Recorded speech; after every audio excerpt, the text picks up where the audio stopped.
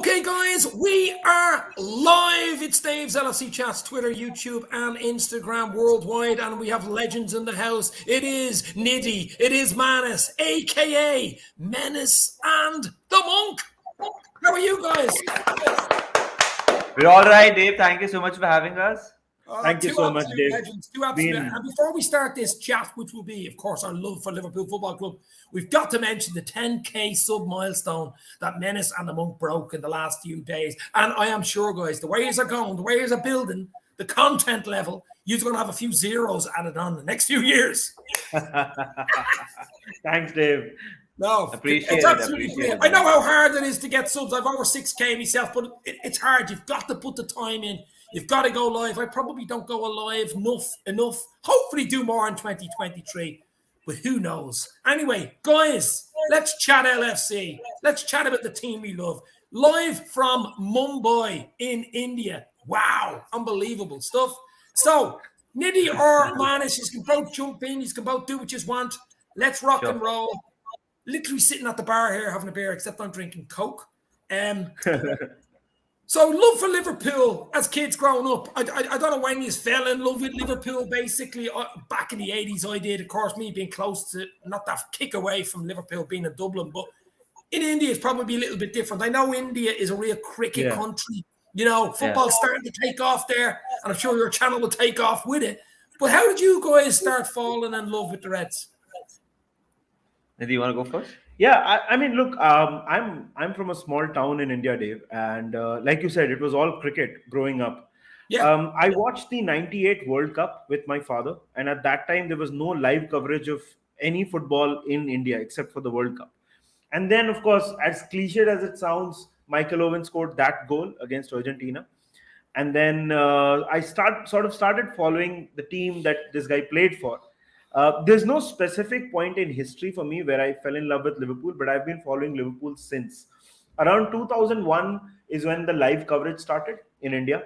And majority, look, the number of football fans in India is paltry. It's small. And even the ones that were, most of them were Manchester United fans. But as they say, the club chooses you. You don't choose the club. So I've been a Liverpool fan since then, and it's been absolutely brilliant. I mean, it's ups and downs, but that's the club we love. Manas, I presume it's similar for you, even though you I won't mention who you work for or stuff like that, but you are in the game, basically. So in India, I mean, like, as Nidi just said, it is cricket. I mean, cricket is the kings, you know what I mean? But soccer, I think soccer's growing. I'm sure it is, and I'm sure it will take off in India eventually. So what way did you fall in love, Manas, with Liverpool in particular, basically? I can't believe you called it soccer. Yeah, I can't believe you called it soccer for my American fans. Since we have American owners. So I'm a few years younger than Nidhi. So my first Liverpool-related memory, Dave, is Gary McAllister scoring against Everton. So, I mean, I don't think I saw that game, but the oldest memory is that moment. I must have been 11 or 12. I don't know whether I saw it live or not. But when someone asks me, what is your oldest Liverpool memory? It is that. So, and it came, you know, that moment came in my life when internet became a huge thing in India as well. So every middle-class household, the big thing for them, we are very middle-class, we're middle-class Indians. So our parents got internet, you know, we had Windows 95, you know, where the internet used to take good 10 minutes to connect. So exactly. The dial-up connection, Exactly. Dial up, Exactly. So I mean, so when you saw that, you try to search more about Liverpool Football Club, and that's how, you know, curiosity turned into passion eventually, and then this passion has become a drug, and this drug has become a channel for you and for me as well, and we can't live without Liverpool anymore. So it's very simple. I mean, the first game that I saw live, I mean, on the telly, the red team won, and it was Liverpool Football Club. So it could have been any team. I'm so happy it was Liverpool Football Club. No, well, as you said, it could have. It is. I mean, it could have been anybody at the end of the day. I mean, I'm following them since the mid '80s. I'm actually into football since probably '86, the Mexico '86 with Maradona. It just took me. that was it, for me. Kicking the ball on the road and kicking the ball down the park. And Liverpool won the double in '86, of course. And we Ronnie Whelan, who was born up the road from me. He was the captain of Liverpool at the time, being Irish and stuff like that. Since then, the drug just took over. I'm only doing this game about 4 years. This is a different game altogether, the game you guys and I'm doing. But this is just the way of the world now at the moment. This is it. I mean, it's all social media and stuff. But for me and you guys, that game you're talking about, that Everton game where he took the free kick from about 4 miles out, is that the one you're talking about? Yeah, exactly that one. Gregory Vignal a few months ago. He's the guy who got the free kick for that goal. He got taken out. Oh, really? Okay. Yeah. So I mean, of course, I mean, these are just bleak memories that I have. So from my childhood. So that's the first moment that I remember, and I remember seeing Gerard Houlier's face. Like his celebration.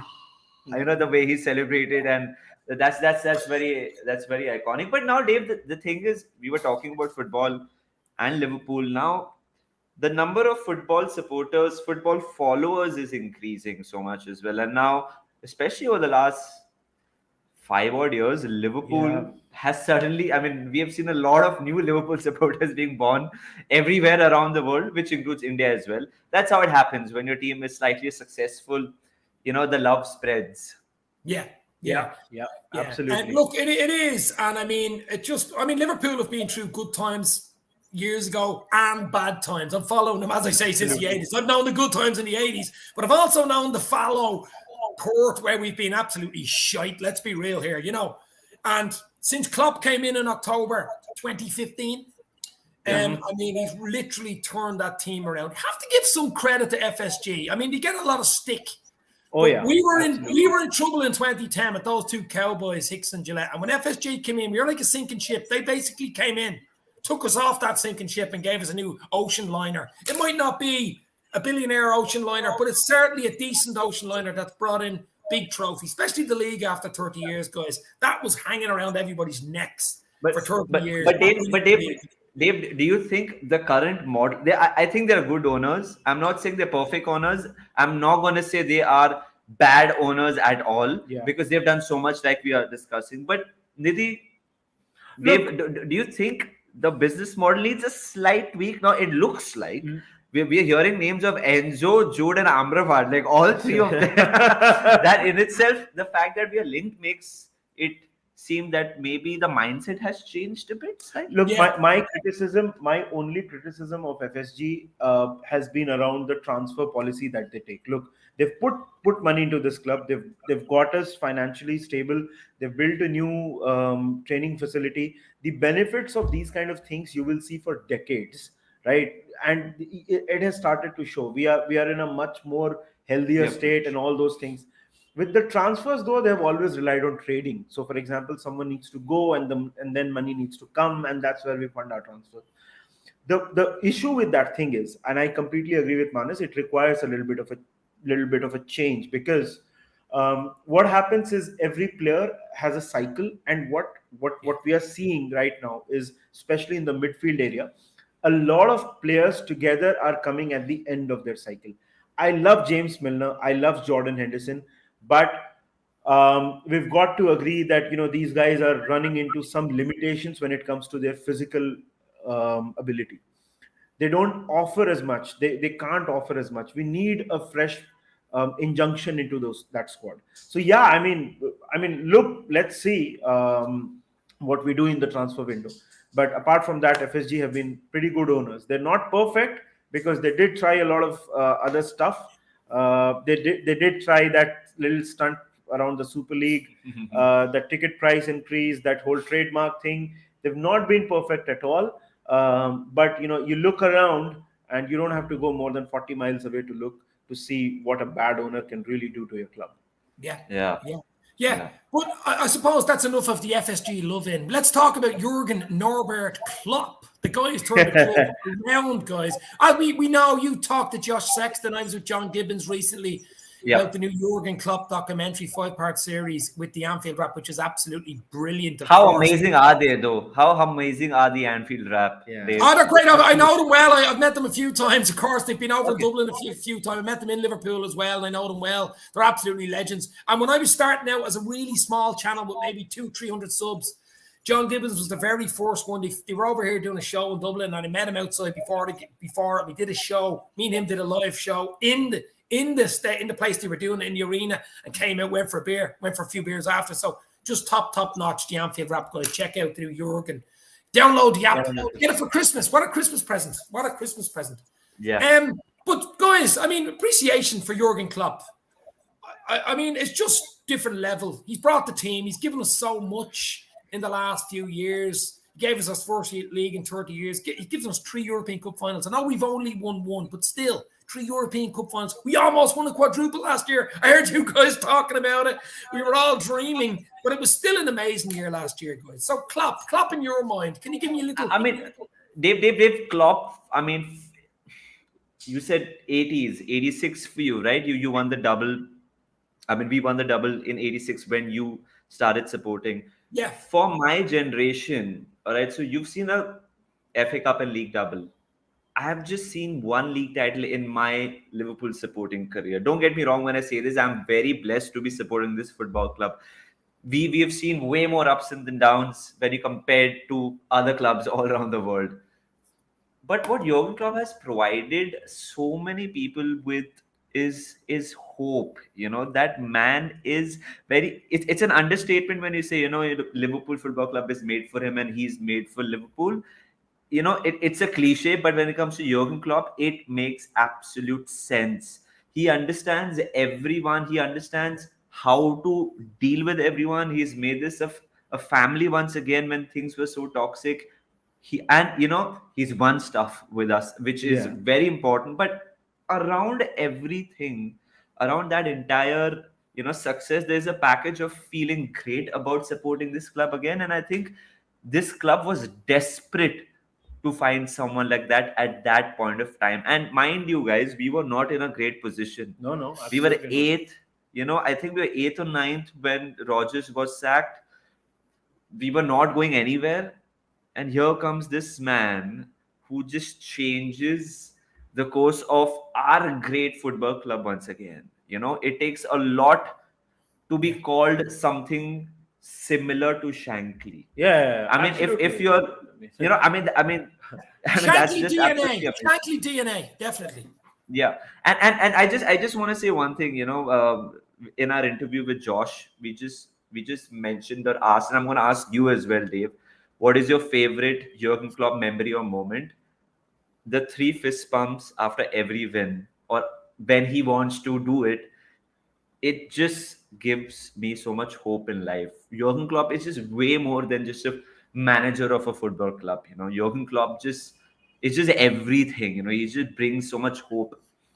Look, in 2015, we were almost sort of crying out for almost a father figure, and Jurgen Klopp did provide that, because it's not just the football. Look, the reason why we are waxing lyrical about Jurgen Klopp is primarily because he's one of the best managers in the world, right? What he can do at a football club, and Liverpool is not the only club where he's done it.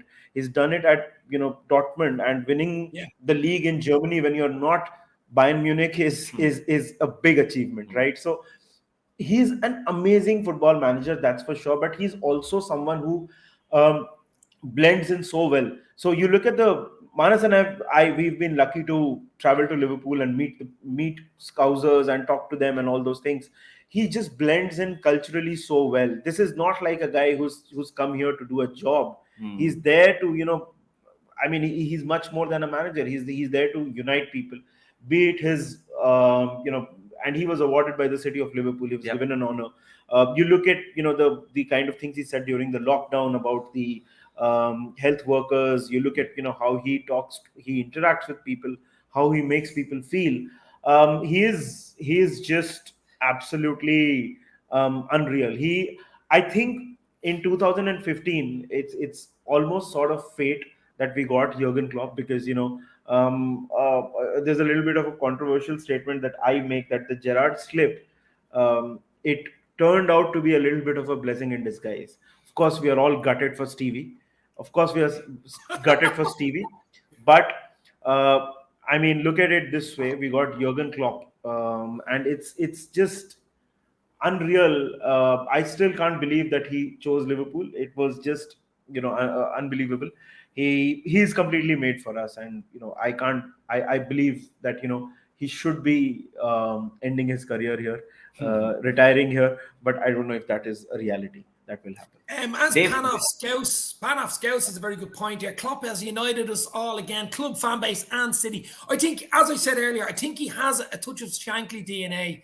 Out of all the managers Liverpool have had, he gets the city, he gets the fan base, he gets the club. He can speak. He seems to say the right thing all the time, 99.9% of the time. And people listen to him. I said the same thing to John Gibbons last week on the Jurgen Klopp documentary show I was doing with him. People listen to him. When Klopp speaks, people listen. You know what I mean? He could have been probably a politician or a CEO of Microsoft or Apple or one of the, he's that stature. He's a big man stature-wise, but he just says all the right things. And as you say, guys, you're right. He's more than a manager. He's more than a manager. He is more than a manager at Liverpool Football Club. But guys, look. And Carragher said, Carragher said, right, whatever he says is almost like gospel. You know? I mean, it's just perfect. It's just perfect. Sorry, Dave, you were saying something. No, you're okay, Manas. But what we'll do now is we'll move forward now for the second part of the show, and we'll talk about Liverpool this season and going forward in this season. And we had a bit of a rough start, let's be real. After that charity community Mickey Mouse Donald Duck game, we beat City and everything was happy. Everyone was really happy and saying we're going to win the league, we're going to win it by 20 points. And then stuff started coming off the rails, getting injuries, that draw with Fulham, everything went up and down. We've had some good performances, don't get me wrong. We've had about 4 or 5 really beating City at home, of course. The 7-1 and went right to Rangers, the Ajax. The Champions League form has been really good. But guys, obviously, the window's coming up in January, and FSG, we've issues there, whether they're going to be there or not be there. I still believe they're going to be there. I think they're looking for partial sale now. I don't think it's a full sale. I could be wrong. I'm thinking they're just looking for a bit of investment so we can get someone in the next 2 windows. So what do you guys think going forward now? With the big 6 months coming up for the Reds, and with Diaz, Jota are huge blows, guys. Absolutely huge. I think we're going to have to invest to protect in January. In other words, invest in the team to protect the team because we need top 4 football. And I think if we don't invest properly in January, it's going to be hard to get it. What do you think? Look, Dave, first of all, I think that why the January window is so important is because we need to make sure that we finish in the Champions League next season. That's why the January window is so important because because like I said, there is a cycle and a lot of players are coming at the end of their cycles.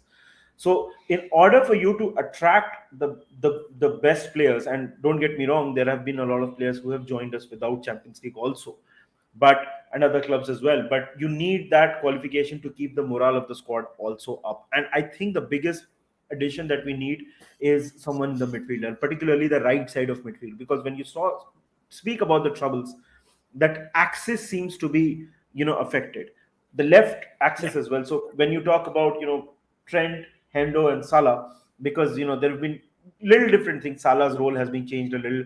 Trent has not been in the best of forms. Fabinho has not doing so well this season. There's been a lot of it comes from midfield, and I think we are missing some legs in the midfield, right? And I think that's where the majority of the recruitment needs to happen, because we are already a little out. And if we don't finish in the top 4, it is going to be I'm not saying it's going to be a disaster, but it's going to be a setback. So midfielder, absolutely important, maybe a forward as well. I agree. Nidi, we need a forward now because of the Jota and Diaz injuries. We're looking at late February, early March for these guys. We could be out of everything by then if we don't act. Yeah. And precisely, guys, because I mean, the World Cup break has given us time off things. Yeah. But the reality is that we started the season really badly. I mean, let's not sugarcoat it. We have started it badly. And we have had patches where we have been poor result-wise and performance-wise as well. And we are just, guys, I mean, I'm sorry to be negative, but I'm being realistic here. We are one bad patch away from being out of the top 4 race. Yeah. So we have to act. And I totally agree with you all. We need a midfielder. If Jota and Diaz were fit, we didn't need an attacker. But now we just have three. We are still trying to inculcate or introduce Darwin Nunez, make him feel great about it himself about in the team. But it looks like his role will change because there's no one to play right left.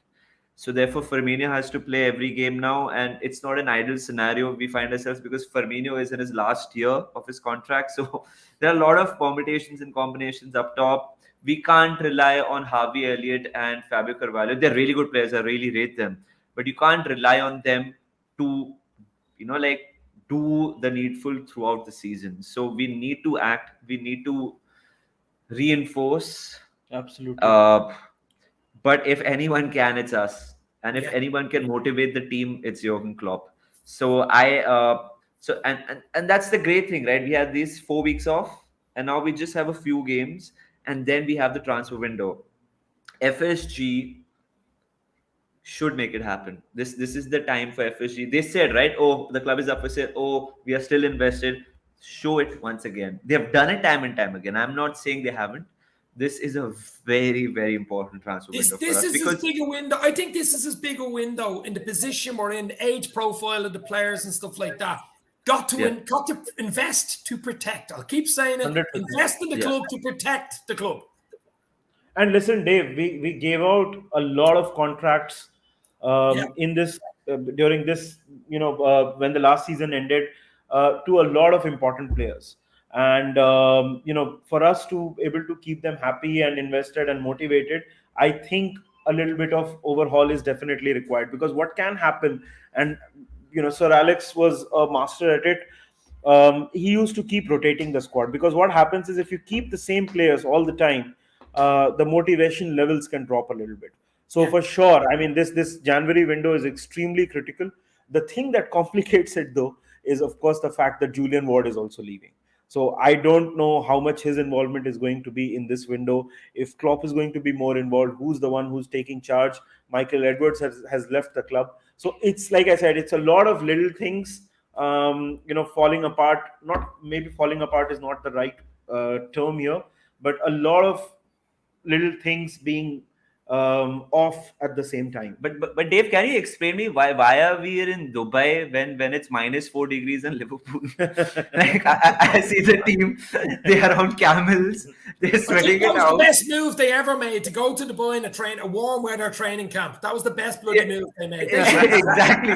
They should be fresh and ready to rock. They play AC Milan tomorrow. I'm hopefully live for that 3:30 in the Dubai Super Cup. But next week it's City in the league, in the Carabao Cup, and it all takes off from there, guys. There's going to be content coming out your ears on your channel as well, I'm sure, because it's just going to be a game there's going to be 2 games every week this side of bloody May, basically, if we stay in competitions. So there's a good question here. Question to the panel. If you could sign 2 players in January, realistic signings only, who would you get? What? Now, realistic doesn't mean Jude Bellingham, because I still think that's a summer signing. I could be wrong, but I just think spend 130 or 150 on a player in January when Dortmund probably still need him, I think it's a summer signing, guys. So who would you take now, basically? Amarat, someone like that? Dave, I'm gonna say one name, and it's not a name that is said a lot of times, but and I know it. Mbappe. And I know it will be expensive, but I think James Maddison really suits us. Leicester I City, really like the look of James Maddison. I think he solves a lot of creativity problems in the midfield, because when Trent is not at his best, we need someone who can make things happen. He's good off set pieces. He can pop in with a goal here and there. I think Maddison is a great shout. Leicester are not doing that well, so for the lack of a better term, we can perhaps bully Leicester into selling him. Yeah, it's a and good show. Who else? Yeah. So Maddison and who else? You've two. Okay, go for your 2. Go for your second. Amarat of Morocco. Probably he's look, Dave. I love the guy, but the thing is, I've only seen him in the World Cup for 3 or 4 games. I'm not saying he's a bad player, but I'm not completely sold on Amrabat yet, because I think that Klopp can get the best out of him. But if you're going for Maddison, according to me, then we should perhaps go for a forward. Someone like Joao Felix. I personally love Joao Felix. I think under an attacking coach, he'll be absolutely brilliant. He's Huge money. that's Huge the money. problem. Huge. Atletico are going to ask for a minimum of $120 million. But for me, he's the perfect Roberto Firmino. Enzo Fernandez. Again, sounds like a summer signing, and not necessarily at Liverpool. So I don't know. These players, we have to spend a lot of money for them. Dave, there's no realistic signing in January. I'm not saying we can't realistically sign someone, but if you think about the price, there is no realistic signing. Even if we are going for Amrabat, it is going to be more than 30, 40, 50 million. If we want to bully Leicester for Maddison, we're going to have 60, to pay 70, I'd say, 60, 70 million. Yeah. And that would mean, therefore, we are not in the market for Jude Bellingham, because they would, I think, occupy similar roles when it comes to the starting 11. So if we go for James Maddison, I don't see us going for Jude Bellingham then. So I think we will think long term when it comes to that. There is no realistic signing here. I think we have to break the bank. Not think about summer. Just pay 20-30 million more if we have to, because that would mean Champions League football next season. In an ideal world, I would love to see Joao Felix, because I think Joao Felix would be the ideal Firmino replacement. The ideal Firmino replacement. Jude Bellingham, takes over the mantle of Jordan Henderson. And if we sign Amrabat as well, then we hear Enzo Fernandez, 120 million. I don't know what the hell is going on right now. We are losing people in a hierarchy. Like, people are leaving the club, and now suddenly we are linked with everyone. So I have no idea. The links are only going to get longer and longer. Remember what? 2 weeks till the window opens. It's going to be Link City. It's going to be Rumour City. Fleetwood Mac albums, rumours, everything. It's going to be crazy. On the Stoop, live from New York. I'm from Dublin. The lads are in Mumbai. This is like a fashion show, like Mumbai, Dublin, New York. and we have 3 supermodels as well. We have 3 supermodels as well. So, yeah. But, guys, like, for the last 5-10 minutes, I think this is a huge season for Klopp. It's a huge season for the club. There's a lot going on in the background. It does worry me as well. There's excitement there, but there's trepidation. There's worry there. As you just said, we lost Michael Ward last year. Julian Ward, sorry, lost Michael Edwards last year. Julian Ward, that was a nice Freudian slip there, wasn't it? Yeah. Michael Ward. And we're losing Julian Ward this summer. Technical director is going as well. We've got a new doctor, which we hadn't got a doctor for months. We've got a new doctor now. There's a lot of stuff going on. Mike Werner is taking a back seat, or taking a front row seat, basically. Billy Hogan's doing a lot more as well. There's loads going on in the background. I think you'll see movement in January. I think it'd be suicide not to for the club. I think we've got to do something. Even look what happened when we brought Diaz in. That was a huge catalyst for the season. Yes. That just broke the back of the season last year. Really, really did. But guys, going forward now, what's your realistic, this is a big question for the two of you, a realistic shout now on the 15th of December? Where will we be at the end of May? Where do you think we'll be? I will take top 4 right now. Simple as it sounds. Because we are way off the title. Okay. And the only realistic thing for us in the league is finishing in the top 4. That's the reality. We are way off Arsenal and Manchester City. In the Champions League, I really am desperate that we beat Real Madrid, because it feels like an eternity since we've beaten them, and it feels like they just know how to beat us. But I'm backing on Anfield, because we've lost in 2 finals against them. We did play them in the quarterfinal over 2 legs, but it was behind closed doors. First leg at Anfield, I think that game could be the game of the season for us. Anfield is going to be buzzing. It's a European night. I'm not going to use the word REVENGE. Okay, I lost track of the spelling. I'm not going to use that word, but I think that game could define our season. It could be it could just Yeah. catapult our season to somewhere else. But I Yeah. think top four, we are not going to be taking the League Cup seriously at all. Everyone's going to be, most of us are going to be unavailable, I think, for that game. Same goes for Manchester City. Let's see what happens in the FA Cup. Yeah. Right now, because of the way we started, top four has to be a priority. It has We've to be. got to concentrate on the two big ones. The last 16 double against Madrid and getting back into that top four. I think because we're holders of the two domestic cups, the FA Cup and the League Cup, I think the two of them, we can sort of take a back seat on the two of them. Do you understand? Because we've been there, done that, basically. So I think you just got to have priorities, lads. We've got to have priorities, especially with the squad and injuries that we can get. You know what I mean? And the amount of games. Exactly. I just think it's what we'll have to do. The Luis Diaz injury was a real bummer, and Jota as well. I mean, Jota we knew, but Luis Diaz almost felt like he's going to be back. I was looking forward to watching him, and then comes the news that he's going to be back in March. Yeah, that was a real bummer. That was way too much. I think top four has more. I mean, don't get me wrong, guys. Top four has to be the priority. I agree with Dave. I mean, challenge on two fronts: the Champions League and the Premier League. But the beauty of the Champions League is you take care of it when it happens in Feb and March. So right now, I think all focus will be on 26. Not even the League Cup game. 26 when we play Villa on Boxing Day, and then the transfer window that follows. It's going to be absolutely important for us. It's going to be very important for us. Massive game. No, I mean, look, we're not. We both do content. Use guys, Menace and the Monk. Link will be in the description for Menace and the Monk. Give them a sub. Show them your love. That's why I love saying, guys, because they're absolute legends. They do it in Hindi as well. They do Hindi, English. I don't know what other languages do, but it's usually Hindi and English. Guys, we're live here on Mars. You never know. In 20 years, we'll be a Champions League final on Mars. Maybe 100 years. You never know. You just never know. Anybody could be watching us. But I mean, I'm just going to go now in a minute because I have to go back to work, guys, or I'll be sacked. But it's been absolutely. We're going to have to do more collaborations because there's electricity between us, guys, and it's absolutely brilliant. Just thank you so much for having us, Dave. And if you're here through Menace the Monk, please do subscribe to Dave's channel. Please do.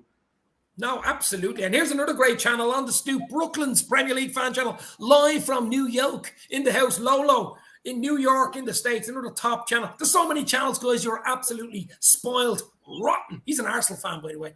And Liverpool are always capable of putting a 10-game winning streak. From an Arsenal fan, you should know, baby. You should absolutely know. I don't think both Enzo and Bellingham will occur. No, I think it'd be one or the other. But guys, there's going to be so much bloody. You're going to have your own Rumours channel podcast in the next 2 weeks. Henry, John W. Henry, have a picture of him on me. Not quite. If he gets Bellingham, we might do that, though. If he gets a Bellingham, we might do it. But, guys, we're going to give it another minute or two. It's absolutely top class. You guys are legends, as usual. As I say, we'll try to do a lot more together because there's an interaction. You know that way? There's a good interaction and stuff like that. And it's just been great having you. I'm positive for the season, guys. One positive. Okay. Darwin Nunez to score more than 20 goals this season. That's positive. That's going to happen. Oh, it's going to happen. So it's a positive for us.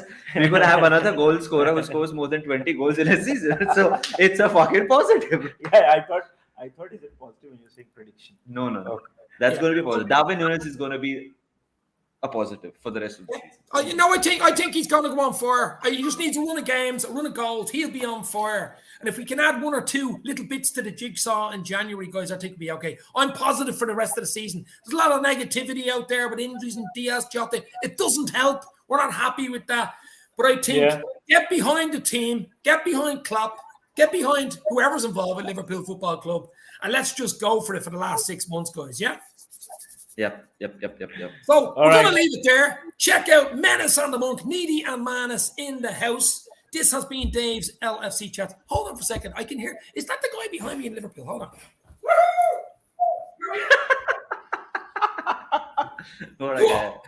In the house. Stay safe. Talk soon. All right. You'll never walk alone. Bye-bye. Cheers, guys. Thank you for the chats as well.